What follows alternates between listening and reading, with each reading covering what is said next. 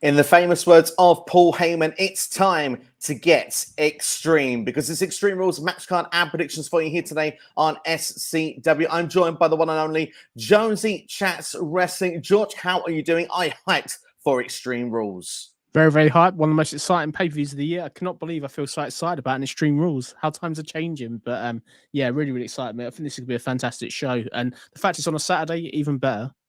Absolutely. It means everyone's got time to recover on that Sunday, which is always that magic moment. And Extreme Rules this year has extreme stipulations for every single match. It feels like the first time in a very long time, since like the start of the Extreme Rules edition, that we're getting so many extreme matches in one show. What we should do, we should give everyone the match card. And then when we come back, we'll start going through the predictions. So without further ado, here's what we're going to be talking about.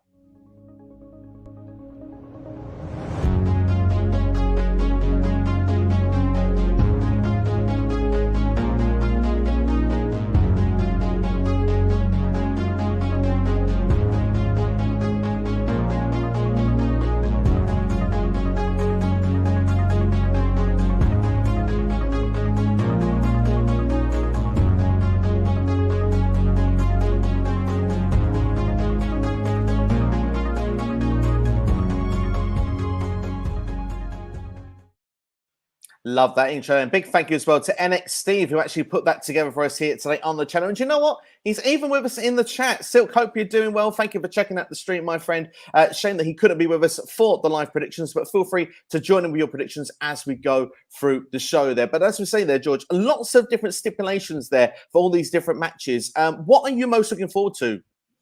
I think in terms of stipulation and matches, I've definitely got to say the ladder match. I think that'll be absolutely incredible. This just feels like an absolute huge pay-per-view stat from top to bottom. There's not one match on this pay-per-view card that doesn't feel like it's going to be amazing, which is nice to see. Doesn't feel like a filler at all. No, it doesn't. It doesn't feel like a B pay-per-view. It feels like a lot of people can compare like the old classic strong B pay-per-views to this one. Could this be up there with them that we're talking about for years to come? One small detail, slightly off topic, just before we start, but I want to just ask it, the elephant in the room. No Roman Reigns on this show. I remember when we spoke about this a long time ago, and this is going to be like a nothing pay-per-view. You said that you're really hyped for this show. I won't lie, I'm really hyped for it as well. Is this a credit to WWE, Triple H, the booking team, the fact that we don't have Roman Reigns on the show yet we're still so hyped?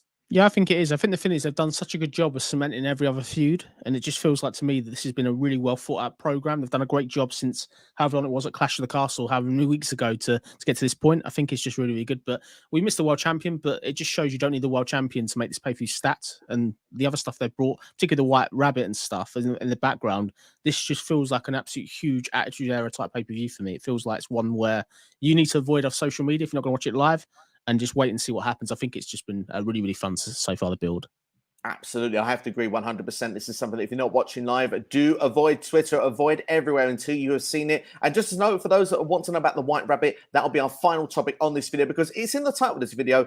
Will the White Rabbit be revealed? Will they debut on the show? We're going to be giving our final prediction on that as we go towards the end of the video. But we'll go for the matches. But first off, quickly into the chat just to say hello to one. WrestleFan 2007 saying hello. Hope you're doing well. Thank you for checking out the stream. Also saying, I'm so excited for Extreme Rules. I think this is a really good B+ pay-per-view. It certainly feels like it this early doors. And Richard Robe's not holding back on predictions early doors, saying rumor, Bianca beating Bayley, then Dakota Kai turns on Io to join Judgment Day, make this thing real. I've not seen that rumor that would break up a tag team. I personally don't want to see that, but will Bianca beat Bayley? We'll be giving our take very, very shortly. But Jonesy, should we go with our first match on the stream? Yeah, let's get to this, bud. Let's get to it indeed. We're going to be talking about the Fight Pit match. That's right. Matt Riddle taking on Seth Freakin Rollins. And of course, we have got a special guest referee on this as well. And all the way from UFC. Jonesy, take it away because you watch more UFC than I do. Give us all the details. Daniel Cormier, obviously UFC legend, great fighter, had a massive feud with John Jones. Really kind of entertaining, great talker. He's a wrestling fan, been a wrestling fan for years as well. I think it's a really great addition. This is a huge addition. You've not just got a normal referee. You're making this match unique with a gimmick, and you get a referee there that can control the two. I'm a massive fan of this. I felt this was really, really good, and I think credits WWE, they've gone out and made this even bigger. Really, this is a WrestleMania type referee you're getting here. Like, it's not just anybody that can't do the job. But my only other thing I'd love to have seen, I'd love to see Ken Shamrock in the spot, but I'm happy with Daniel Cormier. I think they could do some great work off the back of it if they're clever. Absolutely. I mean, the thing is, like you said there, and the reason I wanted you to take this is I'm not a big UFC follower. I don't really watch enough, but I'm aware of the name Daniel Cormier. It's a household name, someone that's won championships, like you say, UFC legend. I would go out and say as well, I'm aware of the confrontation he had with Brock Lesnar, UFC 226. Obviously, that hasn't led to anything since, but many people are now hoping WWE might be a place they could do that in the future. I'm assuming this is probably one and done, but it adds some legitimacy to the fight pit because the fight pit, for those that are unaware, that haven't seen NXT, not are familiar with it, basically it's a steel cage around the ring. There's no ring ropes. There's like a platform with a cage at the top as well where combatants can go and fight on the top. Usually some of them actually start up the top there. They meet in the middle. It's really kind of got that USC vibe. And the only way to win is via tap out or knockout. There's no pinfalls. There's no escape of the cage. It's going to be interesting to see how it's going to flare and how it's going to work. And as Daniel Cormier said on Raw, this is his world. And of course, Matt Riddle has experience of being in the fight pit. Also, former UFC, Seth Freakin Rollins, of course, a sports entertainer that can dive into anything. He's done it all in WWE. It's going to be fun to see him in the fight pit. Jonesy, my first question to you on this is, have you seen any fight pit matches before? And what are your thoughts if you have? Yeah, I've seen the NXT one. I'm a massive fan of it. I think it's a really great structure to try and end the feud. I think they did a fantastic job on Raw this week with the video package explaining what it was. I thought that was really clever to remind people. Yeah, just a massive fan. I think this is a great stipulation. It makes it something different. I think the way this feud's gone, it's very much a blood feud, so it's great to see him see it settled in this manner. And yeah, I'm just a massive fan of this. I think this is really, really good. Reminds me of the old Lions Den match back in the day. Like, it just takes me back to the nostalgia of that. But yeah, really, really sensible stipulation choice by any means by WWE. Absolutely, I agree. He's almost modernized it, if you will. And the reason I've put this at the start of this video is I think that this, with the way that the ring is structured, it's either going to go on first or last. So I'm predicting it's going to go on first. It seems a bit weird to take everything apart in the middle of the show to put it back together again. Would you say that's probably a sensible call that WWE could do here to avoid having to do too much structure and changing throughout the show? I know that you're not a big fan of those Bobby Lashley adverts that we get for about 3 or 4 minutes at a time. Yeah, I agree. I think first is a sensible. It's just down to the location of it. If it's going to be in the same area as the ring, bear in mind previous years with the Lions Den and stuff like that, it's been a side section of the arena. Just down to where they put that and with the cameras in. But yeah, this won't be the main event, I would have thought. But first is a great shout and a great way to start. Absolutely, and it has a lot to give. And like you say, there's been 2 fight pits in NXT. One of them was in the main ring during the pandemic. That was Matt Riddle against Timothy Thatcher. The second one was Timothy Thatcher against Tommaso Ciampa, and that was actually at the side of the ring. So you make a great point. There may be a second ring set up somewhere. We don't know how it's going to be. In the Wells Cargo Center, I believe, is the venue for this in Philadelphia. So true extreme territory as well. I suppose then, I mean, just one last question before we go to the prediction then of the match and go into the chat as well. You mentioned that it's been like a blood feud. We've had, families brought into this. We've mentioned about kids. We've mentioned about main event in WrestleMania, according to Riddle as well, for Seth Rollins to get under the skin. Do you feel we've seen the fights in the parking lot, in the crowd, backstage, end of shows? Is this the final destination, or do you see it moving on to Crown Jewel? I hope it's the final destination. I think they've done some fantastic work. Their match at Clash of the Castle was incredible. For me, this is a feud ender. I think they have to do it now. I don't really know. You're going into this blood element, if that makes sense. If you don't pay it off here, what else can you do? Like, what is the next, like, more risky match they can do, if that makes sense? So for me, I think this will be a feud ender, 100%. And I just think it's really kind of sensible. You obviously, Seth Rollins is going in with the momentum, obviously winning Clash of the Castle, and this is Riddle's one chance to get something back. Without giving my prediction at this point. Absolutely. Well, let me give you my predictions to start off with them, because I've got a little bit of what you said. I'm actually going to say the reverse. I don't think this is the end destination. And my reasoning for it is I think that Matt Riddle is going to pick up the victory, and Seth Freakin Rollins is going to say that Cormier basically is the reasoning for it. Had it been under a normal stipulation, it's all against him. It's in the fight pit. It's UFC guys in his corner. He feels like he's not been backed up. And obviously with the idea, and I'm going to take something you said from the Wrestling Report, because you do that on Rated R for Wrestling each and every Sunday. For those who haven't checked out, make sure you go and do so. A week or two ago, you told me about a Bobby Lashley heel turn could be in the works. And I'm going to say I've played close attention since on Monday Night Raw, and him with Mustafa Ali last night, and then the beatdown afterwards where Seth Rollins, or last night, would have been actually on Monday. Usually we record these on a Tuesday. It's actually a Thursday we record this time. But we've got Seth versus Bobby on Raw. If there's a reason where this has got to carry over again, say a beatdown after the match or a bit of insult to whatever, Bobby Lashley has said before to Riddle, do not get involved in my matches. If this carries on further into a Crown Jewel and Riddle gets involved, and this leads to a Bobby Lashley heel turn, that could be something that could link together. They can have that as the television blow-off feud. Maybe Seth wins the United States Championship this time instead. Maybe we can get this go to a feud with Riddle and Seth, or even a triple threat at Crown Jewel. But for me, I'd like to see the 3 stages of hell come back in to WWE. I'd like that at Crown Jewel, because you can do the regular singles match, you can do a cage match because it's in Saudi. They're not going to bring a fight pit over there, I wouldn't have thought, although they've done the chamber. And then you can do like literally a weapons match to finish off and really close that feud off forever, kind of like that Triple H Austin-esque. So for that reason, I'm going to say Riddle's going to win this, but I think Seth is not going to be happy with it, and it will carry over. So that'll be my prediction. So Jonesy, anything that you feel with that before giving your pick? I really like it. I think you've further added the ante there with that match. I think that's a really clever stipulation. Well done, Steve. Credit to you. I like it. I like a lot of what you said. I think we're in agreement about the winner. My prediction is Riddle. The reason why I think Riddle will win this is his match. Cormier's there. Cormier is going to be a babyface, I believe. So that would fit that. I just think we're in a different direction at the end. The end goal, like for me, I think Seth Rollins is going to win the United States title on Raw on Monday. So I think this is the end of that, if that makes sense. I think this will end the feud. It could be a first title defense if you want to carry on the feud to a certain point, but my prediction is Riddle to win. And yeah, I think Seth to win the United States title on Raw on Monday. Yeah, and I think you could use the whole thing with Seth blaming Cormier. That could be something they use. It's just down to where they want to go, really. But yeah, that's my prediction here, Riddle. Absolutely. Well, we're in agreement. Let's see what the chat has got to say. First off, a big shout out to Noob and Co. in house. Hello, how are you doing? We are doing very well, Noob. Hope you're doing well also. Thank you for checking out the stream. West Coast Podcast in the house as well. Hey, guys, could a good White Rabbit reveal be as memorable as Kane at Bad Blood? I'm going to go out on a limb and say yes. I think that this could be something we'll be talking about in 20 years from now if it's done right. Yeah, it could be. Definitely, 100%. I think it's a great point you make. It's just down to how they do it, execution, the follow-up. Like the follow-up to Kane back in the day was fantastic. Kept us guessing for months. And you did get that payoff to WrestleMania where he faced Undertaker finally. So as long as there's strategic thought of it, there's been great work, the QRs and teasers so far. So yeah, believe. I think this could be fantastic. Absolutely, indeed. And it does go follow on from West Coast Podcast. I hope they're all doing well, by the way. Fantastic show. Make sure and check them out each and every weekend as well. And also they do AEW Rampage watch-alongs each every week with Zach as well. Will Seth complain on Twitter if Riddle hits him too hard? I feel this is almost like in the AEW territory here with Andrade and Sammy Guevara or something like that. But what would be your thoughts anyway, Jonesy? Yeah, I don't think he will. Like Seth's obviously can take a bit of a kick in. I think you look at how hard he hit, how hard he's in, how many injuries he gets sort of in matches, and how hard he hits. Like their match in Cardiff, even you can tell I'm tired.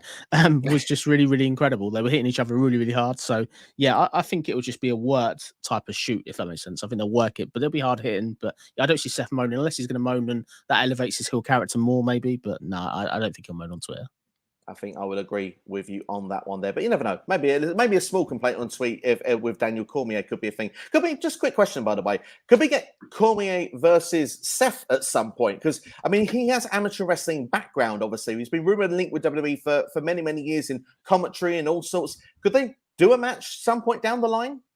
That's a really unusual statement. I think maybe, but yeah, I'm not too sure. I think the only thing with Cormier, I'm not too sure if he's ring shape, if that makes sense at the moment. Like. Yeah. It's a big ask. Seth Rollins is a fantastic worker that can get anybody over. This could be a match they do, but you got more chance of Brock Lesnar Cormier than Seth, I think, if I'm being honest. I would hope you'd be right there, just purely off the UFC history, and I think that would be more mainstream attention. Not that Seth isn't mainstream.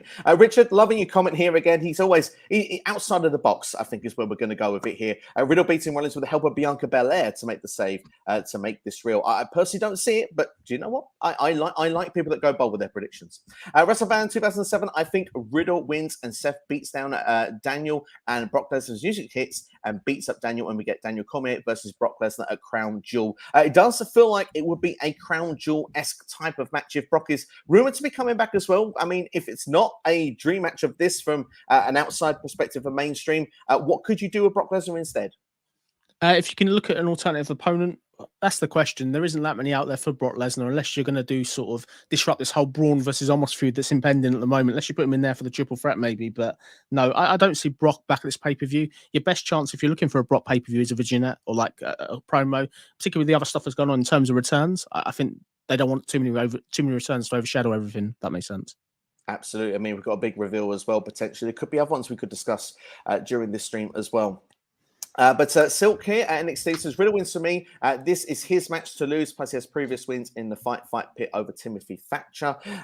We've got Noob and Co as well saying that Riddle is winning. We've got West Coast Podcast saying 3 stages of hell. That's what I used to call Raw when Vince was in charge. Absolutely stunning indeed there.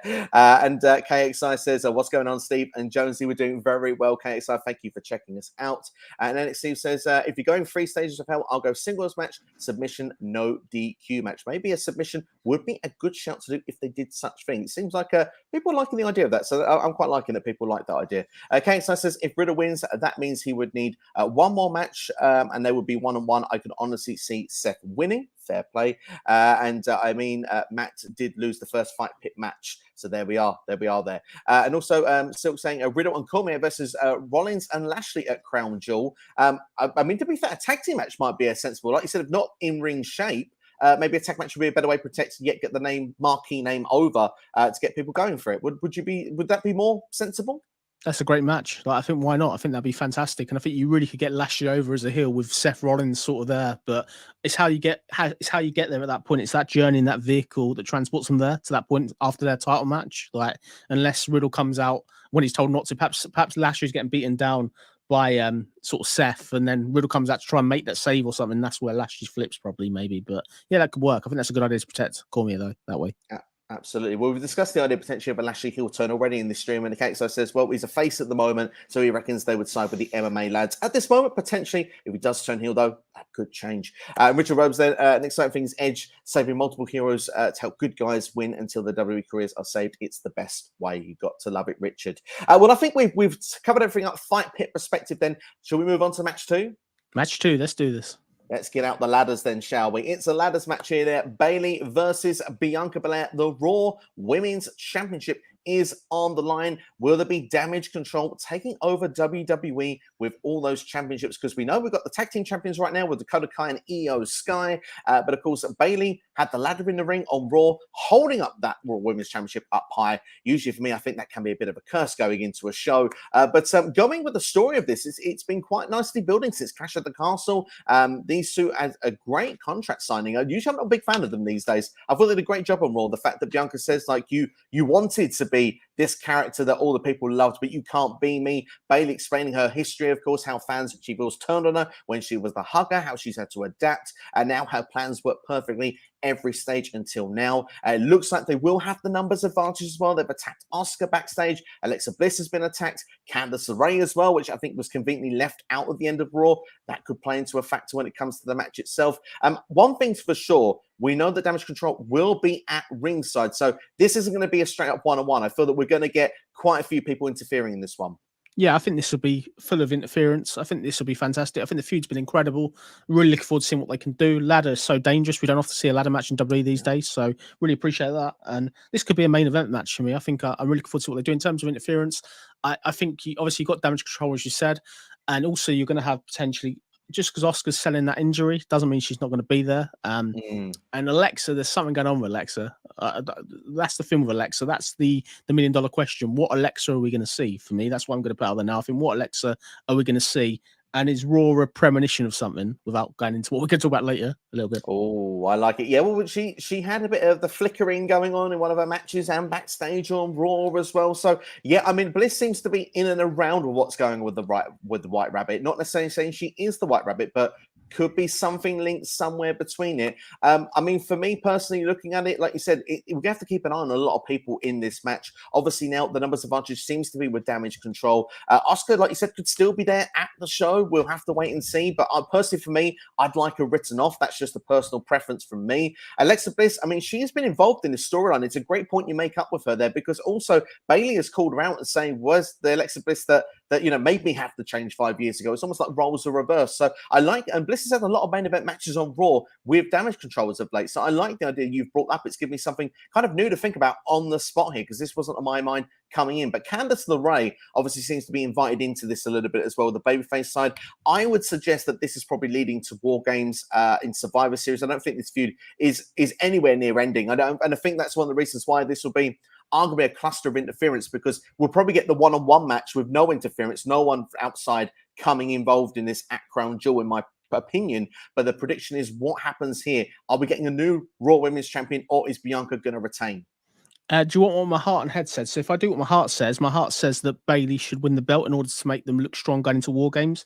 My head says Bianca. Like, I think WWE, if they got any sense, the heels need to win the belt here, or at least Bayley needs to get the belt here, so the heels can brag. Bianca's been a fantastic champion. This is the time to change the belt over, particularly going into this match where the heels have got the advantage, if that makes sense. I think this is the point to do it, but I just don't trust WWE to take the belt off Bianca. So I think Bianca's going to win, and I think this will further propel the feud, as you said.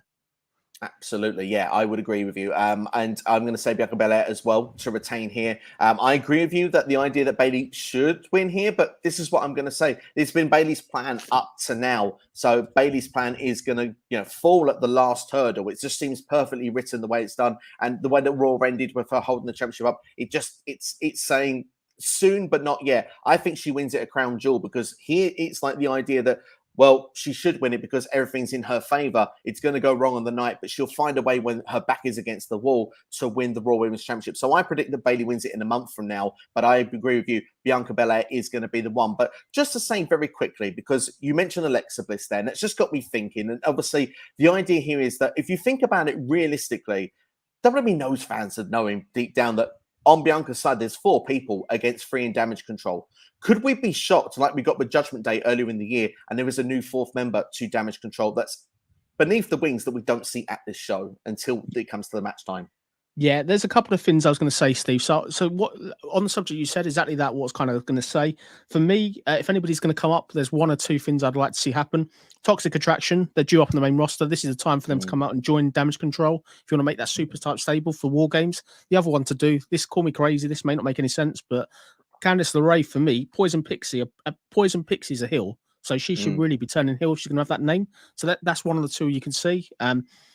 But yeah, I think this is the time. Definitely, the only problem is if you're going to have Bianca win the belt, how do you then pay off that heel turn after? Is it because if she's celebrating and somebody turns on her or something, or is this the point where you do bring back a Sasha Banks or Naomi potentially? I don't think they will, but you could see that maybe. It was a question that was coming next there to even up the odds. If everyone's taken out, Bianca has no backup.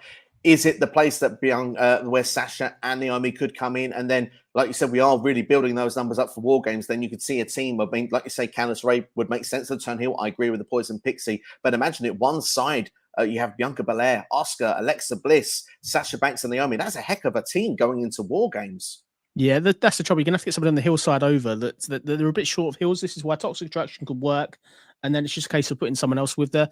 Something alternatively, what about if Sasha and Naomi don't come back together? What about if one of them's a heel and one of them's a babyface? That could be something they do as well, maybe. Would be an interesting, fascinating proposition. We'll have to wait and see as and when it would come along. But that's all we think. We've said Bianca Belair. Jonesy, is anything you'd like to add before I go to the chat? No, that was it for me. Bianca Belair's the prediction. There we go. Well, let's go into the chat then. And, we've got Silk here saying, the golden prophecy is fulfilled. Bayley takes home the gold for me. Fair play to that. I hope so. I'd love that if she did, to be honest. It was Bayley all day to me until Raw. Raw's changed my mind. It's the only prediction that's changed going into watching Monday Night Raw. So, but I would not complain. In fact, I'd probably pop if Bayley was to win it, to be fair. Kate Stein says, honestly, anyone could win this, and I wouldn't be mad as I'm a big fan of Bianca, but I'm a big fan of Bianca. I'm going to go with Bianca. To be fair, she's awesome. She's she plays the babyface. She can play heel so well as well, but she's in her role right now. She's in her element. And it does feel that even if she was to lose the championship, she'd be that person that would be the top person to go back for it once again. She's kind of almost that, I'm going for old nostalgia here, people. So I'm not making the direct comparison. But for example, in the old days, when you saw an Austin or a Rock lose the championship, they'd automatically be the person chasing it again because they were the top of their field. No one had caught them up. Bianca is head and shoulders the top number 1 babyface right now on the Raw side. Can I give you something else as well? One other person as well for War Games. Raquel Gonzalez is obviously going to be, she's going to be in the match. So it's how they get her into that match as well. I don't think this is a spot, but that could be somebody that makes a save as well if they want to do that. Potentially. Absolutely. Well, Nubiko has gone on to say that Asuka did get written off from TV this week. I think it would make sense if she wasn't there. We hope so. I really hope so, based on what we saw, to be honest. Yeah, because it to be fair, it's like it kind of undersells the angle. That beatdown backstage looked vicious, and it looked like she was in a lot of pain. I admire the fact she came back out at the end of the night. I admire that because she was really selling it. But the thing is, though, then she got beat down again. She should be not there I think it would make more sense to have the idea that Bliss is there if anyone's there and someone evens up the numbers. But if Bianca's on her own, and then we mentioned the idea of Sasha Naomi, we don't know if that will be the case or not, but then that would make the numbers even, make a lot more sense. Plus, then you get Naomi and Sasha to go for the Women's Tag Team Championships. Yeah, of course. The money matches, aren't they, straight away? There you go. Absolutely. What if Indy Hartwell joins Damage Control? I really hope not. Like, for me, I don't really get what the hype is. Like, if you can tell me, Steve, what the hype is, like, she was in the way. It was a comedy type angle. I've not seen that ability from her. There's far better wrestlers on the women's roster that probably should be getting the spot instead of Indy Hartwell. Nikki Cross is one, for example, there straight away. Nikki Cross is very talented. Indy Hartwell, for me, I'm going to say I am a fan. I enjoyed her work as a part of the way. Yes, they were quite a comedic group at the time, but I just felt like her role was kind of like the daughter, if you will, to Candice LeRae. And I think that she played that spot really well. Since she's come away from that, obviously she was in Index. People make of that what you will. Some love it, some hate it. It's kind of like Marmite. But with now, Indy Hartwell's been lost for a very long time, but she's not been on NXT for a long time. It does feel that she will be called up imminently. And I think that when she does, it would make sense to have a go with Candice LeRae, in my opinion. But you mentioned the idea of Candice going heel. I mean, that would really even up the numbers there for the heel side. That would make him as strong as ever. And also, a lot of people with War Games experience. You can see we're looking far ahead with our predictions. We have to at this point. Yeah, we do. That's the thing with it. I think the thing with Indy Hartwell, nothing against her. The character work is great. It's just the in-ring ability. These people in the War Games matches, in Damage Control, and also the other Bianca stable, they're all fantastic workers. That's the key thing here. So we want to see somebody that's added that's going to be a fantastic worker that further elevates that group up the totem pole rather than losing somebody. You're going to lose Oscar. Oscar's a fantastic worker. Indy Hartwell, for me, isn't a fair trade, if I'm being totally honest, for me. Oh, fair play. I mean, the thing is it would be her job to win you over when she gets called up eventually, because it feels like that's the future destination. And Ubiko says Oscar will come back if WWE changes up her character. I don't think as soon as Extreme Rules, though. I don't think a change of character would happen there. Like I said, I think it's better that she sells that. Yeah, the thing is, she's only been back like a short time. Do you remember she was off for ages and then she's gone again? It's poor her. Like, I think WWE haven't really done justice. We need to see the NXT Oscar that was unstoppable for however long. Do you remember that? That was beating everybody. We need to see that again, really. Yeah, when she wanted fatal four-ways instead when she could have had one-on-one matches and she still won them. Silk here saying, Bliss to fall victim of the White Rabbit. Anagram intended. Oh, interesting. I mean, the thing is, we'll be talking about the White Rabbit later on because obviously if the White Rabbit turns up, what match, what area, what destination. So we look forward to going into detail there. Richard Robes, what if Ronda Rousey helps Bianca retain? What if? You never say never. I can't see it. I think they're totally different tangents. Ronda Rousey's meant to be a heel, so I don't see the heel and the babyface working. But you never know. It could happen. This is WWE after all. Anything could happen, I guess. I mean, not to sound crass, but if my auntie had balls, she'd be my uncle. So what if? But I don't see it happening, sadly. KXI saying it could be an interesting story with Candice and Indy if Sasha and Naomi don't show up. You can have the way beat Damage Control. Absolutely. That would be very fascinating to do that as well because that's something we haven't discussed, and that would be definitely something that would make a lot of sense into the story right now. So that would be brilliant. So I like that idea from KXI there. I think we've covered a lot of the stuff there with the ladder match. Should we go on to our next match? Yeah, let's do match 3, mate. Let's do match 3, and let's hope that people are not tapping out right now to leave the stream because we're going to be talking about the I Quit match on the way for us next now. Edge going one-on-one against Finn Balor. Of course, Finn Balor, part of the Judgment Day group, seemingly taking that leader role as of late. But of course, Edge, of course, was the original leader of Judgment Day.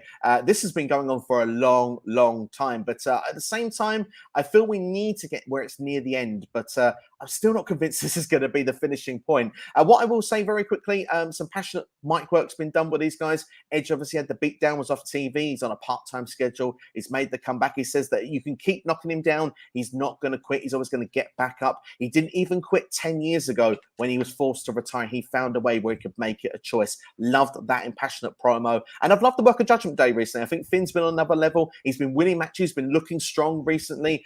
This feels like in my opinion, this actually could go either way. I think this is quite an unpredictable match. I think this is a dream match. I think obviously delayed from the Clash of Castle. I think this is just going to be incredible to see. Once a lifetime type match. But love the I Quit stipulation. It really adds heat to that.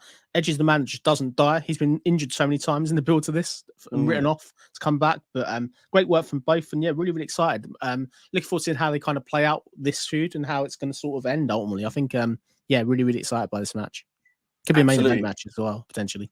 I feel like every match has a potential where it could main event. It feels like that on this show. I mean, maybe the next match isn't, but every other match feels like it legitimately could be. But at the same time, what I would say is that I just don't see it ending here. And the thing is, with an I Quit stipulation, something key was said to me. And I was thinking this as a prediction beforehand, but this really hit home. Edge, I feel, may have given the result away in his promo. I know what you're going to say. You know where I'm going with this. I know exactly what you're going to say. Probably similar to me, but go for it. Yeah, he said that you can beat me down 4-on-1. It doesn't matter. But, you know, he goes down the stairs. He can't hide it from his kids. He can't hide it from his wife.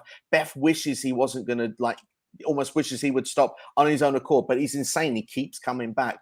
And I just have this feeling, and I feel, Jonesy, now you're going to immediately agree with me when I say this, I feel we could be getting a classic Bob Backlund situation here where I think the towel gets thrown in from Beth Phoenix, and that's the way, because Edge won't quit. Usually the babyface wins these matches. The heel always quits, but Finn's on a roll. I just don't see it ending. I think Beth throws in the towel. Let's not forget, Beth has been in there with Judgment Day before. I'm sure she wants the dream match with Rhea Ripley at some point. Could we get a mixed tag at Crown Jewel? We'll have to wait and see. There is a story of AJ Styles in this match as well. Will he join the Judgment Day? What's going to happen? Will the numbers be even out that way as well with Rey Mysterio? It feels though that they're a bit of odds. There's a lot of things that dynamics that go in this match, but yeah, I'm sticking with it. Bob Backlund, it's like 1985 or whatever it is all over again. I think 84 with the Iron Sheik. The towel is getting thrown in, and Beth Phoenix is the one that's going to do it. I like it, mate. Really, really like it. You stole my thunder, so I'm sorry. No, it's all right. Don't say sorry. It's fine. It's good. Great minds think alike. So go to Plan B. This is Plan B. This is crazy talk. Vince Russo type talk now. So yeah, for me, I'm going with the same winner for you. Like Finn's going to win. The scenario that I had alternatively was that Beth and the kids are in the box or somewhere near the front of the arena. And then Judgment Day actually threatened to go towards them. And then that's the point when Edge then sort of quits to try and protect them.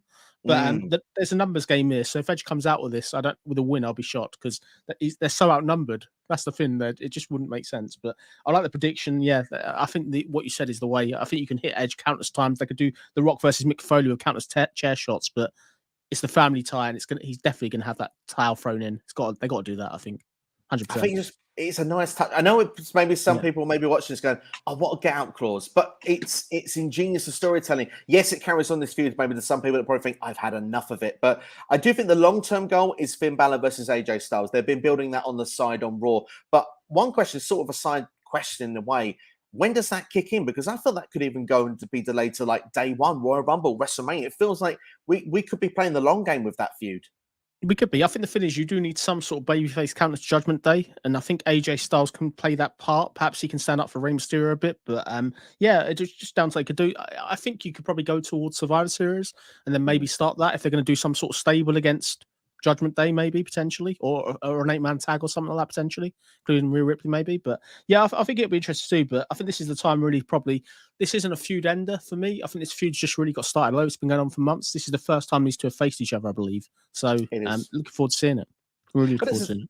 This is where the part-time works really well for Edge because they can space things out. It feels like it's a real sort of narrative story that's building all the time and into each layer of it as well. And I must admit, like some people say, it's been going on forever. Yeah, it has been, but I'm quite enjoying it. I can't lie. I feel like I'm interested where it goes as well with Dominic and Ray. There's so many different intangibles you can go with this. So I'm excited to see where it will go next. But yeah, I think, Jonesy, you're on the money with a lot of stuff that you're saying there. Is there anything else you'd like to add very quickly before we go on to the chat? I think the last thing I'd like to say is give WWE the credit. Their work on Judgment Day this past month, particularly Dominic Mysterio, this guy went from being a waiter to he's incredible. Like this whole heat and stuff, you're really getting behind him. Amazing. Like I think WWE credits their job, but the work and the different twists and stuff that are going on, I just think it's so creative. And it's not just they're really thinking about what they're doing, which is amazing to see. Like it's really what you want to see as a wrestling fan. You want to sort of see that. And when you are investing that 2 hours or 3 hours every single week on Monday, you're getting it's worthwhile, which is brilliant, really, as a wrestling fan. I couldn't ask any more. Absolutely. I agree with you 100% there. And I feels like that maybe Triple H and the creative have give Dominic a tip or two. You got that with the waiter joke. But yeah, Circle Debate in houses, Steve. How are you fans? Doing really well. Circle Debate, a fantastic podcast, by the way, on YouTube. Go and check them out if you haven't already. Fantastic stuff indeed there. Because are we going to talk about the incident regarding Andrade and Sammy this week? And we wasn't really, but we can do it for about 30 seconds because it's mainly a WWE stream. But I will just say that Twitter be Twitter. And Ricky Stark said it best. Can my colleagues just shut up? Yeah, I think Andrade is just trying to get back to WWE. He's just trying to get fired. That's all that is. But Sammy's a little shit stirrer. Sorry to say that. I just think he seems to get away with murder. He's having fights with Eddie Kingston 1 minute, and next thing you know, he's there in another fight. AEW's constant problems. It reminds me of WCW back in the day. There's so much creative control there. Poor Tony Khan. That's all I'm going to say. A lot of drama, yeah. And I think the nail on the head with a lot of stuff there. I'd like to see if Andrade will do the Jeff Jarrett technique against Hulk Hogan at Bash of the Beach 2000 on Rampage this week. We'll have to wait and see. The match is cancelled. It's not happening. It's not happening. Okay, no, fair enough. It shows how, because I'm behind on AEW, not seen it yet this week. So no, it's good to know. Oh, Andrade, you're safe for another day. Yeah. But we'll have to see what happens instead of that. But Circle Debate says, cannot wait for Extreme Rules. We can't either. We're really enjoying this stream so far. It's been a lot of fun discussion. We're only halfway through it, ladies and gents. We've got lots to go yet. Richard with his outside the box take. I'm sure this should be an ultimate AJ Styles to help Edge. Rumors to be written by me can put other stuff to rest. Absolutely, indeed. Yeah, why not, Richard? I think there is actually a potential AJ Styles could help Edge in that match. I don't think that's actually out of the realms of possibility. Hell in a Cell, Saudi Arabia, everyone. Well, it could happen. Edge has done it before. Maybe. I don't think so. I think they want to save the Hell in a Cell for the pay-per-views themselves, like Hell in a Cell stuff. But never say never. It's just that would be a good way to end the feud, though, wouldn't it? Definitely. Absolutely, indeed. There, and the second debate says, "I totally agree, Steve, about Finn. Well, we feel Finn is going to be one to get it." Silk here saying as well, the correct answer was in the Q&A last week, Steve, involving Beth Phoenix. Absolutely, indeed. There, Beth Phoenix. I feel she's got a part to play with this, and it's going to be interesting to see how it's going to be done. I like Jonesy's idea as well, the family being at front row. It's not necessarily them throwing in the towel; it's the fact that Edge doing what he has to do for his family. Can I add something to make it even more? I'm going to nick your idea, but it won't be Beth. Imagine if one of the kids throws the towel in. Imagine that for drama. Like you had Mick Foley's kids there back in the day. I'm not saying you want kids there and see that if it's going to be a brutal match, but that's one way to get drama out there, isn't it? Everyone would feel for that and feels like that would make Judgment Day that much more hated as well. We've all got families. You'd feel that. You would feel it. It's absolutely indeed there. Tina says, what's up, guys? Thank you, Tina, for checking out the stream, my friend. Tino's time. It's time to take over once again. Fantastic channel as well on YouTube once again. And okay, so I'm saying this match could have so many endings. I personally don't see Edge quitting, but I still think Finn wins by holding Beth Phoenix hostage and Edge being forced to quit there. Loving that. The hostage idea involved as well. We've got Silk saying Finn to win. And also we've got hello to Tino as well from KXI. I'm loving that we show a bit of love there in the chat there. Circle Debate says, great for Steve. I love that. Thank you so much for the kind words indeed there. And Richard, back once again there. A disappointing thing that can happen is McIntyre and Kross could end with Damian Priest using the South of Heaven to help Karrion Kross represent Judgment Day to knock off McIntyre. We'll be talking about that match later in the stream. We've got Nubicus says, I've got the feeling AJ Styles is going to join the Judgment Day because Beth Phoenix will probably be in a hostage situation and Rey Mysterio ain't fighting his son. So I'm with Finn winning. And do you see AJ Styles against Finn Balor, or ultimately do you see him as a part of Judgment Day? Because it would be a bit of a difference to his character. I'm really confused based on Raw. Like Raw this week, there was real obviously hints where he pushed the other wrestler. I think maybe he could join it, but that would be a total U-turn. What I do say with that comment as well, it's a great point New makes, is you could imagine sort of Dominic threatening the kids and then you get Ray coming out. And is this the point where Ray finally flips and says, no, Dominic, enough? You know what I mean? But I think it'd be interesting. But I think Judgment Day don't need any more members, really. It's the other side that do. They're so outnumbered at this point. Absolutely, yeah. No, I would agree with you. I think for the story, it needs AJ to stay on the face side for now. Silk says Finn to have Edge in a submission, and on the other side of the ring, Rhea has Beth in a submission, and Edge is forced to quit watching Beth in a submission. It. That's clever. Again, I like really it. Clever. Very clever. There's some fun stuff indeed in there. Circle Debate says, I definitely keep that in mind about the finish of Finn and Edge for sure. We'll have to wait and see. And Richard, not agreeing with a lot of people in the chat, but hell, we do. We like what we're all saying anyway in there. So we've got one more comment come flying in there. Okay, so it says, but this is a story that could be dragged out a while. Eventually, yes, I do see Edge beating everyone in the Judgment Day. But is this happening in a few months? Joe, I agree with that comment there. Probably you could pin that at the end there to do it. Now doesn't feel like the right time for Edge to get the victory. Let's give Judgment Day even further propelment up the card, make them feel an even bigger deal. Edge can win this at a later date. Maybe Survivor Series, like you said there, maybe somewhere further down the line, maybe even day one. Yeah, I like it. Absolutely. Right. Well, let's move on in the meantime. Anyway, let's go to match 4. And Yeah, we're going to be talking about a good old-fashioned Donnybrook match because, well, I don't know what the new-fashioned ones are like, but an old-fashioned one we've seen in WWE once before with Drew McIntyre and Sheamus. This is going to be a six-man tag version as well, and they've mentioned tag. So I wonder if the tags will be still involved in this or if it would just be all-out warfare. But expect the shillelaghs, expect the bar sitting at ringside with the pint glasses, expect more or less pretty much a street fight element. Maybe tables will be involved. It should be a fun time here with this one, the Brawling Brutes against the Imperium. I kind of feel, though, to you, Jonesy, again, this has been going for a while. It's been building off since Clash of the Castle, but the interesting part for me on this result is not what happens on Saturday at this point. Saturday will be determined after what happens on Friday, because on Friday, it's the season premiere, folks, of SmackDown. We've got the Intercontinental Championship that will be main eventing on that show. Gunther against Sheamus. Do WWE pull the trigger and give Sheamus that Intercontinental Championship reign now he wins the Grand Slam? Or does Gunther retain the championship? Because whatever happens here, I think the reverse happens on Saturday. Yeah, I agree with what you said. So my prediction for the Intercontinental title match, I think Gunther's retaining. They didn't give the belt to Sheamus back in Cardiff when they should have done probably. So they didn't do it then. Even though it's the season premiere, Gunther's going to remain strong going into Survivor Series. So yeah, Gunther's winning on Friday, I think.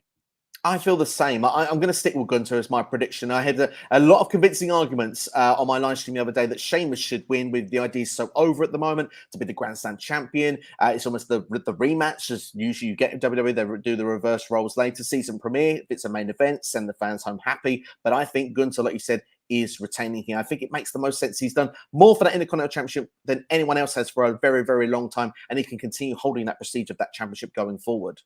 Yeah, I agree with you. I think he's been incredible, and wouldn't surprise me if he holds the title up to WrestleMania next year. The way that he's been built, like majestically, just incredible. They've done with that, and he's really brought prestige back to the Intercontinental title, which is lovely to see. I love the Intercontinental title, so it's great to see it with such high accolade nowadays.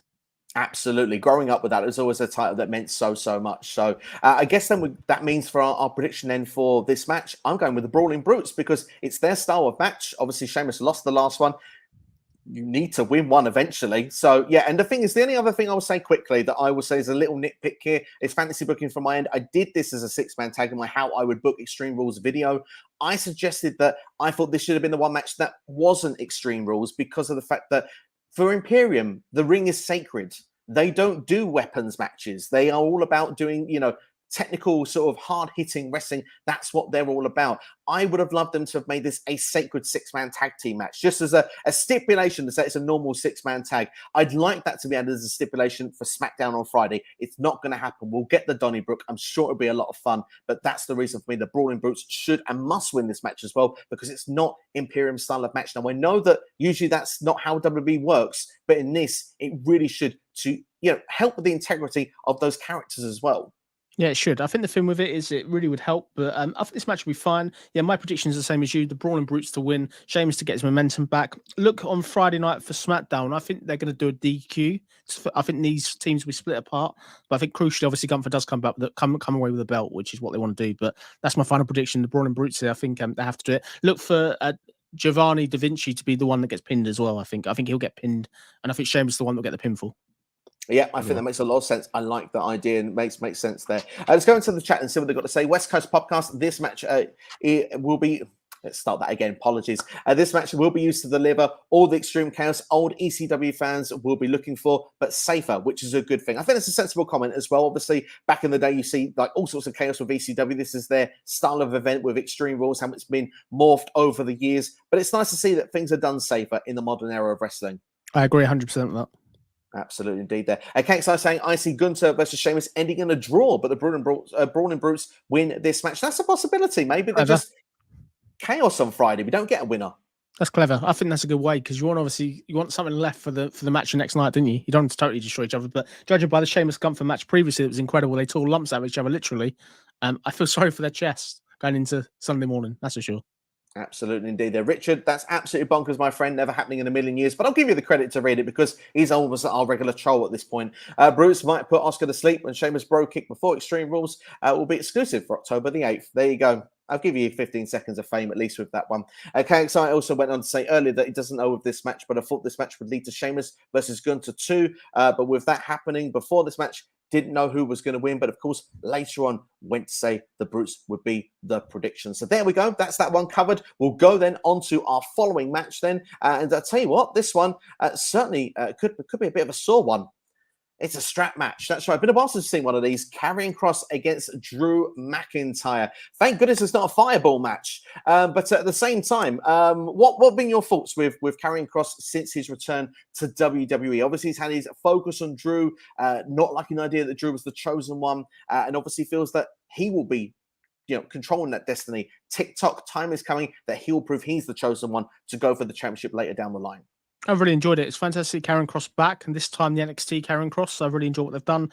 I like the fireball that they tried to pull, even though it went wrong like that. I like all the promos Karrion Kross has done so far, and I think they've just done an amazing job. Bear in mind, it's been building for a while. We had Karrion Kross front row back in Cardiff at Clash of Castle as well, and I just think this is just a really fantastic feud. I think they've done a really good job, and this is a perfect first opponent for me for Karrion on his first sort of match back as a pay-per-view. So I'm looking forward to seeing what they do with this. I think the stipulation's nice as well.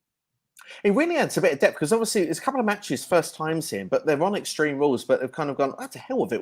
We'll put a stipulation on this. Usually it's one-on-one and we get this further down the line. It's clear we'll get the one-on-one match again, probably at Crown Jewel or something, because these two, this is the first time match. We'll get this again. I'm sure of it. But I think the stipulation is a lot of fun here. At the start, I thought myself it didn't make total sense because Drew said that Karrion was kind of running away. He wasn't really. He was attacking Drew from behind. He was just making sure he hit his point. But at the same time, Karrion can't hit him from behind, really, because he's in front of him with a strap. So at the same time, I do like the dynamics. Like you said, I love the presentation of Karrion Kross. It's so much better NXT style. It's so much better that Scarlett is there as well. For me, feels like this is the real deal going forward of Karrion Kross. This is how it was meant to be all along with him on the main roster. And Drew McIntyre is on a bit of a downward spiral at the minute. Obviously didn't get the job done in Cardiff. If he loses here, what happens next? It's like there's a fun story that could be had here with Drew McIntyre should he not win this match. Yeah, I agree with you. I think there is a fun story with that. And I think the thing with this is just a really open match. But my prediction, I've had it for a while, clear cut with this. I think Karrion Kross has to win this. Like, it's first pay-per-view back. Drew has got nothing more to give. Like, he's had the world title shot, which he blew. And for me, look for Drew to propel down to the Intercontinental title by WrestleMania. That's what I'm predicting now. Sounds crazy, but it wouldn't surprise me if that happens. I'm going to mention the wrestling report for the second time here today. You mentioned Drew McIntyre versus Gunther, potentially at WrestleMania next year. I love the sound of that match if they would have put that together. Yeah, I think it'd be a money match, like two European wrestlers hitting hard. I think it'd be fun. But yeah, I'd really like to see that. But I think with Drew, the thing is, Drew winning this, yes, it gets him momentum back. But unless he's going to challenge Roman again, sort of soon, he doesn't need this win here for me. I would agree with you 100% that he doesn't need the win. And I like the idea of what next. I like the idea of Drew McIntyre almost being to the point of losing matches and questioning himself. We've seen the video packages where he kind of lost his way and got released from WWE. I want that to play into a storyline. Is it happening again? And like you say, can build it to WrestleMania where he can have a big match there, maybe get his win. Maybe he's the one that beats Gunther for the IC title and propel him back up the ladder, because it's been done with Seth and other people before. I think it makes a lot of sense. And like you said here, Karrion has got everything to gain here, but he also has everything to lose. I think Drew has nothing to lose in defeat, so Karrion Kross is the one here that picks up the win. I have one other thing as well with that I'd say as well. If they don't do the whole Drew Gunther thing they may do, look for this to potentially start a heel turn for Drew, because I think Drew's hinted of wanting to turn heel, and he'll soon blame the fans. If Karrion Kross maybe convinces him to be a heel, it could be a good way to get Drew on the heel side of things, because I think that'd be refreshing to do. Drew does need a character change from me. Him as a heel would be fantastic to see. Particularly if you're going to split the world title, him as a heel with one of the world titles belts for me could be just magical to see as well.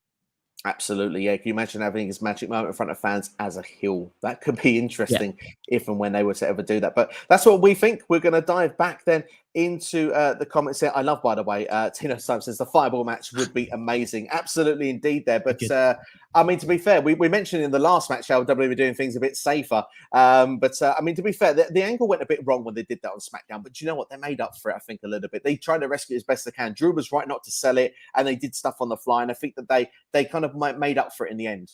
Considering Drew had food poisoning, it was amazing he was there standing. I know if I had food poisoning, I wouldn't be sort of in a wrestling ring, for example. But yeah, they did a great job. I think Scarlett's been a great sort of element in this feud. But I think for me, they can do all the magic and stuff like this. But the fact it's not a pinfall, Drew losing this doesn't really hurt him either.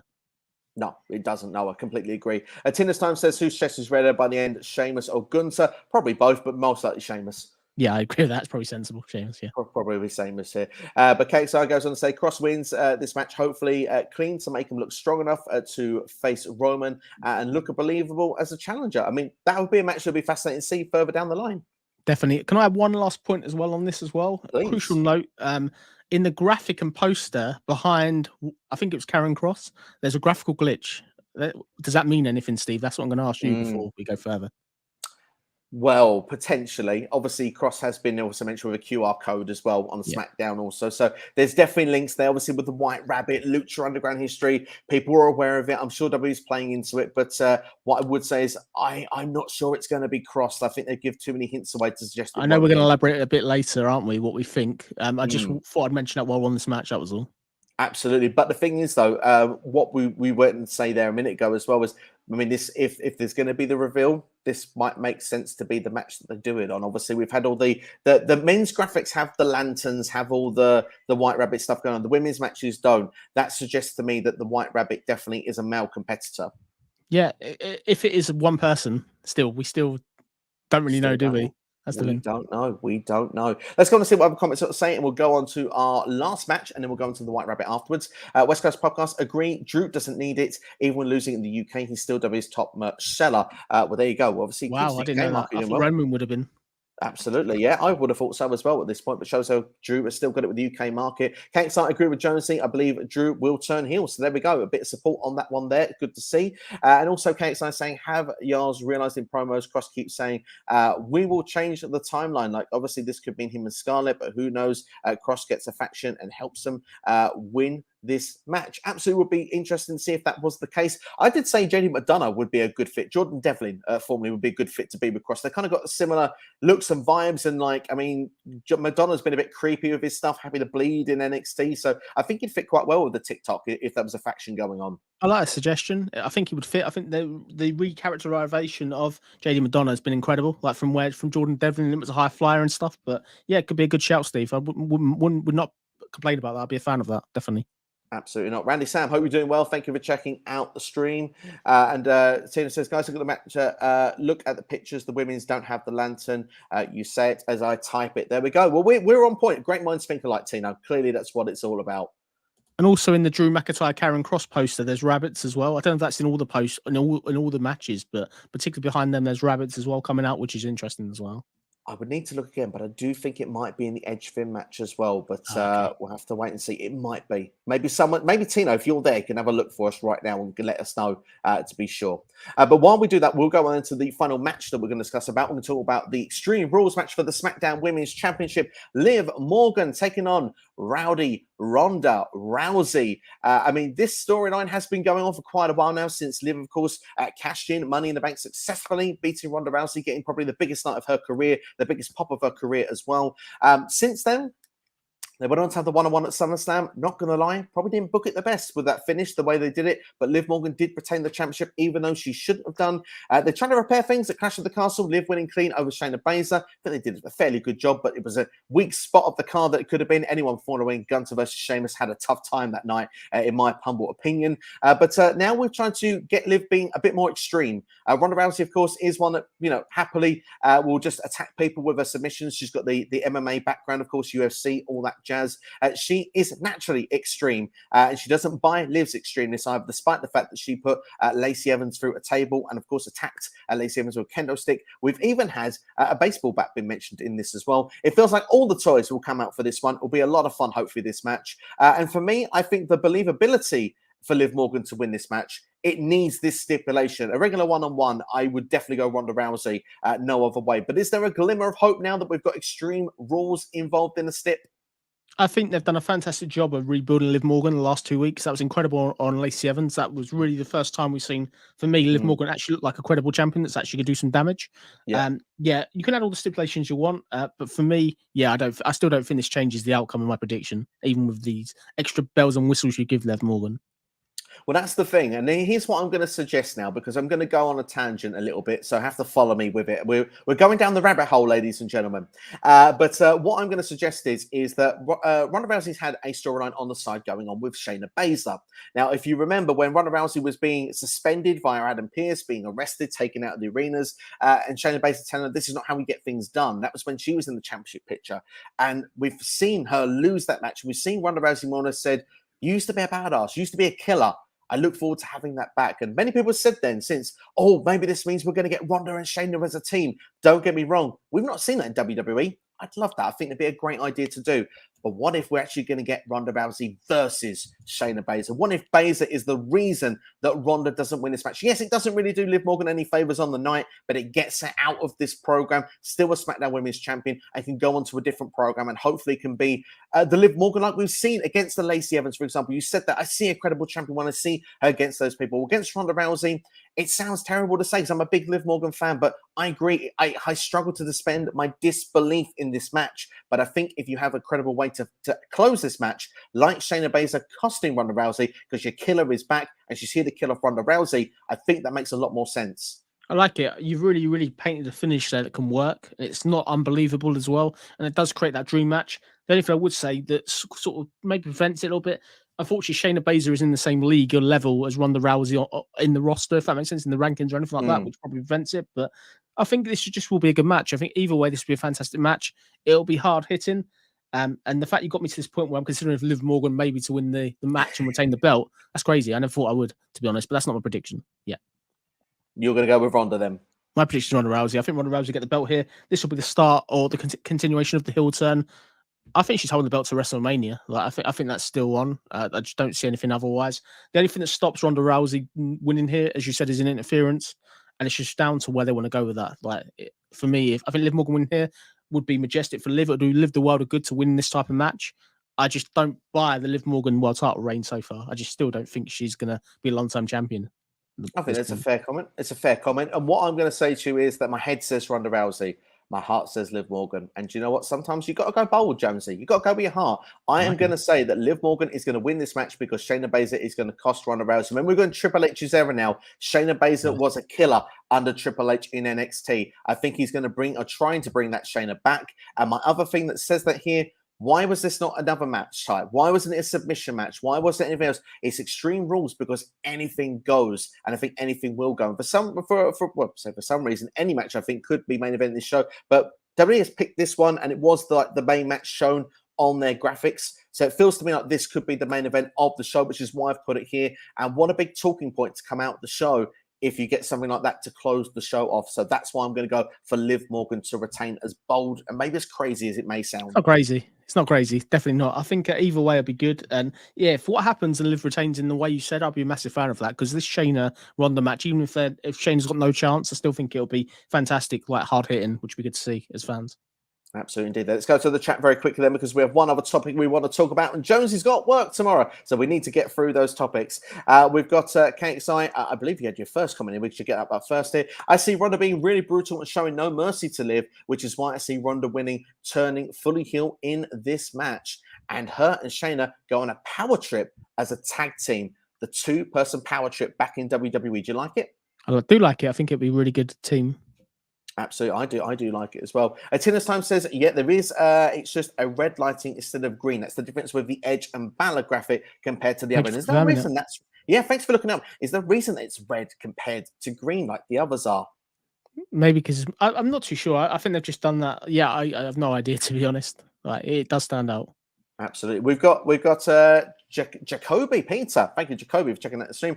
Chris, I can't say her name properly. Chris Cyborg. It is Chris Cyborg. Yeah, no worries. Thank you for that. I know she's former USC, and she's been linked with WWE in the past as well. In the audience, Liv climbs over, and heel turn helps Ronda win. Shayna Baszler's music hits, new MMA faction with Daniel Cormier as manager. 1 or 2, Liv wins, and the White Rabbit plays. Wow, there's a lot happening.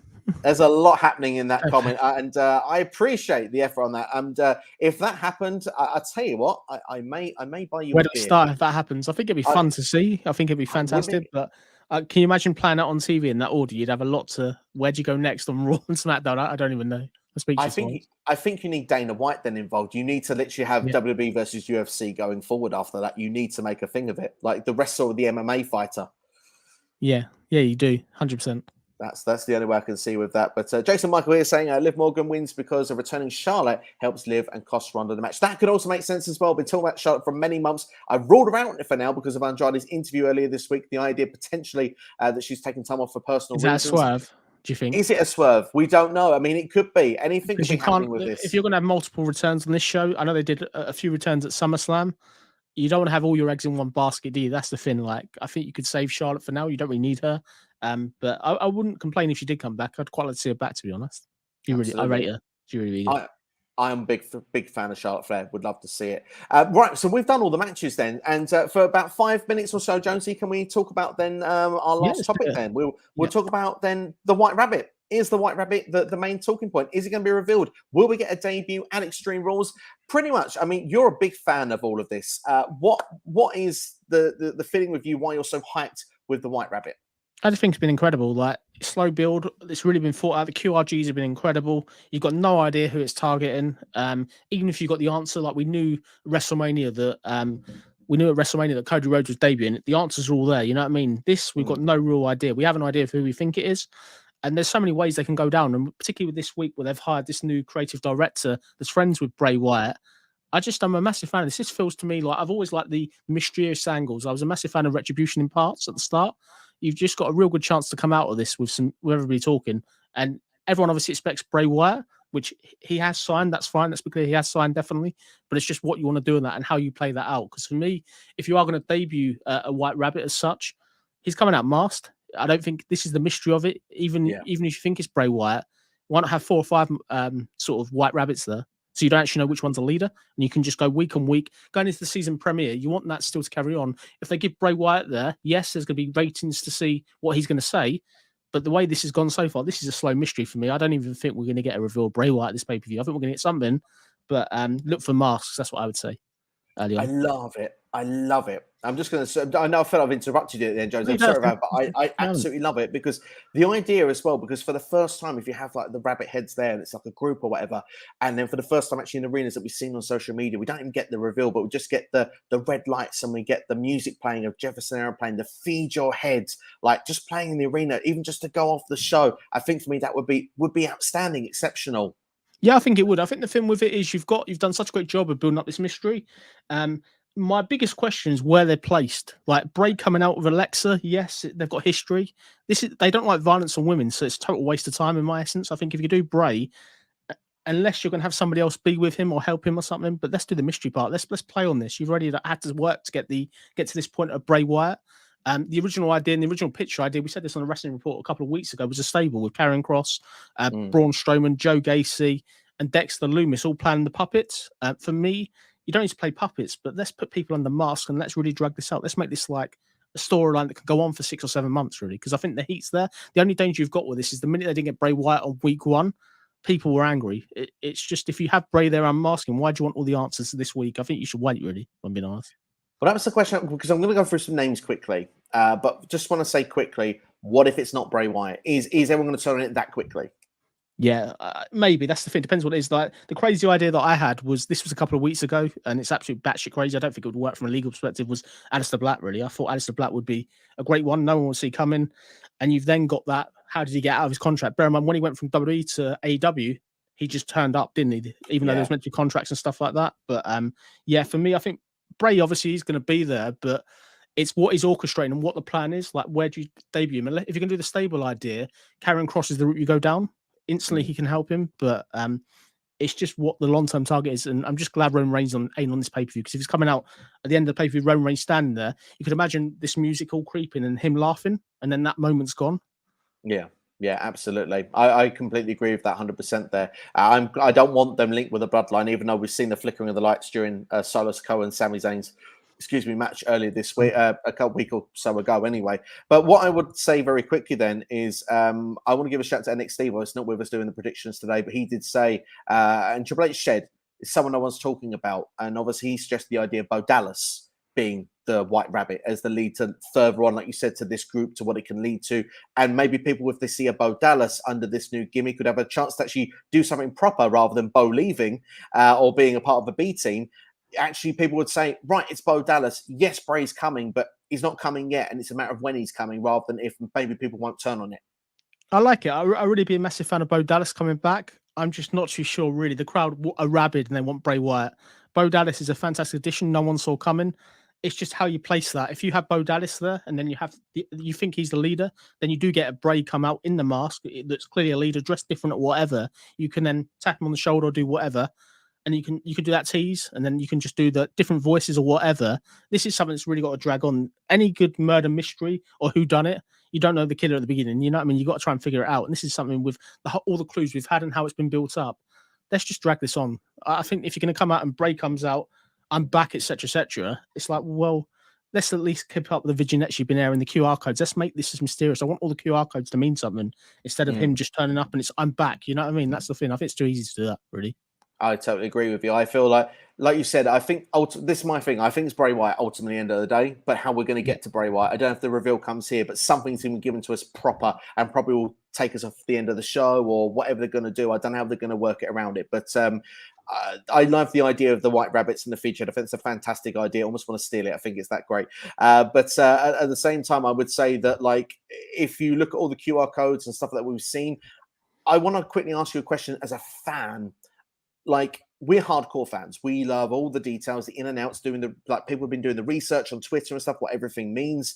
For a casual perspective who sees the QR code, yeah, there's a mystery of like Bray Wyatt might come back, but is it a lot of work for someone that isn't hardcore fan? Because not everyone has time to do the depth, go and find in what this code means and go and find here. Like, YouTube videos have done some fascinating work to see what it all means. And then you go, wow, it's truly brilliant. But I will be honest, I wouldn't have had time to go and figure all that out. How do you feel about that? I think it's been really inventive. It's far too creative. You've got to have people that are geniuses, the people that do it, such as Wrestling Days and See Wrestling. Absolutely incredible the work they've done on this, but I couldn't have figured out the QR code. You know what I mean? We knew Bray had been signed for a while now, but even so, if you say you didn't have that knowledge and you've seen these QR codes, they're on there so quickly that you miss them. You'd have no idea. So if Bray does just walk out, you're just sort of like, what's going on? But I've just been really, really impressed with what they've done. The whole production, the fact that they've had this whole thing with the lights. I think that my only small complaint, this is a really small criticism. Why have the red lights? If you didn't have the red lights at this point, there'd be a lot more people wouldn't so much be saying it's Bray besides the obvious clues they've given, if that makes sense. Absolutely. I mean, obviously names like Joe Gacy have come up. Corbin's come up, obviously with Corbin, Kentucky and stuff like that. So, I mean, is there a chance that it could be someone completely outside the box? We spoke about Mustafa Ali, the hacker. He returned on Raw this past week, so probably rules him out. Do you reckon that any other name could be in contention, or it's just Bray Wyatt will be the ultimate end game? No, it's Bray Wyatt's the end game. You can't do all this with all the hints of Bray, Wyndham, and all this lot. I just think it's obviously you can't not if you don't do Bray Wyatt. Imagine back in the day when CM Punk went to AEW and he had that big debut, best in the world, all this lot, and it's not CM Punk. The fans are going to be rabid, regardless of the product and how good the pay per view is. This is the main talking point going into the pay per view because you haven't got a world title match. This is the main thing that everyone's talking about. This has created a buzz on the internet at the moment as well. I just think it's where they go there. I just hope that the storyline has been well thought out, and I really hope they've got long-term plans of where they're going. But I'm buzzing. I think Bray definitely needs to come back, and let's see if he unmasks. Like, if he comes back and he's masked, then he's unmasked on night one. Yeah, I think you're doing that to rush forward. I think you should delay this, as we said earlier. Really, absolutely. I just looked at my calendar because I want to be double sure before I said this, and I'm going to say it now. And it is what I thought. I think that you're going to get some form of reveal here, but not going to be Bray Wyatt. Bray Wyatt will appear on WWE TV on the last Monday of October. It's Halloween. I like that. That makes sense. It will be Halloween. That's where he's going to come back in on Halloween. It will be the go-home show for Crown Jewel as well, but that's where he'll come in and that's where it will be revealed. That's going to be my prediction there. And he'll probably get House of Horrors, Dexter Lumis versus The Miz. That's why that's still going on. Oh, no, I hope not. But no, let's just see what they do. But massive fan of it. And yeah, let's just see how they play this off. I think Bray, with having his own creative freedom this time, I think some of the stuff they did was fantastic before. Not having Vince McMahon rip a script up an hour before, that's going to make room for this to be really good this time. So excited to see what they do here. And yeah, I'm sure we'll have a lot to talk about next week if we do talk next week. That's for sure. It certainly will be indeed there. I just want to go through the comments very quickly. I just want to get your quick take then on the commentary changes that have happened in WWE, which have been announced today. I thought SmackDown was incredible. NXT, I'll elaborate on it. So SmackDown was fantastic. Wade Barrett is superb. Like really, really happy with that. He's a great filler until Pat McAfee comes back. So I'm pretty happy with that. Raw, tumultuous, absolute disaster. Like Raw, I don't know what they're doing. They've obviously got rid of Jimmy Smith, which seems to be crazy for me. Jimmy Smith was really, really good. You got people such as Nigel McGuinness doing great work. Why is he not there? And this is a massive pressure on Kevin. Kevin in this spot now. Unless there's something that I'm missing, I want to give him a chance. But this is a huge spot for him to be in, if that makes sense. As part of the commentary team, when he's just been a backstage announcer. He's done, yes, the commentary on main event and stuff like that. But for me, I'm not really a fan of it. And with NXT, it's okay. I'm just not a fan of Booker T on commentary. I think both the NXT ones aren't the best, really. But I'm just a bit gutted they didn't go out and get Tom Phillips back or something like that. I know people in contracts, stuff like that. That's the one I would love to see come back, really, if I was being honest. Or Marlo Ronaldo, I would love. Oh, Ronaldo, yeah, Ronaldo would have been even better. Yeah, you beat me. Ronaldo's even better, mate. That's the one. That would have been 100%. amazing. 100%. It's a shame, but I will say though, Kevin Patrick, I'll give him a chance. I thought he's been quite good on the panels they've done for the kickoff shows. So I mean, like he must be really good for Triple H to give him the back in and give him the chance. Obviously, I'm only going by the fact they didn't choose Nigel McGuinness. This is my own personal bias, I'm being honest. Do you know what? I feel the same. That I want McGuinness there big time. I really, really do. Right. Well, very, very quickly, let's just go through everyone's comments and then we will wrap up the stream in the next couple of minutes. West Coast Podcast says part 1 of 2. Gacy's name was in the last White Rabbit tease on NXT. The Waller Effect on Instagram. He was in the IG chat. Dropped a White Rabbit emoji. Well, I've got to go and check out NXT for that reason alone. I think the only thing with Gacy is he's still got this whole thing going on with the hooded person, which is Isla Dawn. That's still going on basically at the moment. If he was going to be written off, unless this is going to be a stable, as you said earlier, that are under masks, he could be revealed later. But I don't get him going on and being, I'm on Raw now. I don't know how that works unless NXT and Raw have got storylines that work together, maybe. But I don't think they'll do that really. No, neither do I. But I agree with the West Coast Podcast. Really nice touch indeed there. Jason asked me how we feel about Sean Spears leaving AEW. Not surprised. He's not been on TV for a very long time. I thought he was there. Yeah, to be polite. Yeah, maybe Impact will be the best place for him at this point. Jason gave a couple of his predictions as well. Seth wins because Daniel Cormier helps Seth, and we can turn on and attack Riddle. Be interesting to see if that does happen. Bianca winning as well. Bianca wins, but Bayley shows emotion to tell Bianca to cut her hair in the ring. Then Io Dakota hold Bianca and cut her hair, and then Bianca has some character change on an alter ego. That'd be interesting to see, but I personally don't think that will happen. I know you're a big fan of the hair versus hair, Jonesy. Yeah, they need to do it. Like, that's the money with Bianca losing her hair or somebody taking her hair. I think that's the thing that they need to do. Maybe for WrestleMania, they'll do that. Absolutely, yeah. And Seth wins, Brock music hits, and we get a face-off with Cormier. Would certainly be a fan of that. Jacoby saying White Rabbit to be Bo Dallas if Bray Wyatt's to show up. Suggestion of the faction say Bo Dallas. Rowan, crazy Nikki Cross, Bad Wolf. A lot of them Corbin. I agree with. Like everyone in that I agree with. I think Baron Corbin needs it. Nikki Cross needs it desperately. Dexter, he needs it to get me out of this miss situation. Definitely, if we forget everything's been going on. But I like that. I like all them names there. I think it's sensible. Just a quick question. You mentioned about the faction idea there, House of Horror, the White Six. Would that make a perfect number of the faction? Yeah, it would do. Just don't have Karrion Kross and Braun Strowman in it, because I think you're taking away from the mid card if you do. Really. Absolutely, indeed, there. And we just had Jacob's last comment on there because we want to make sure we can get Jonesy to work on time.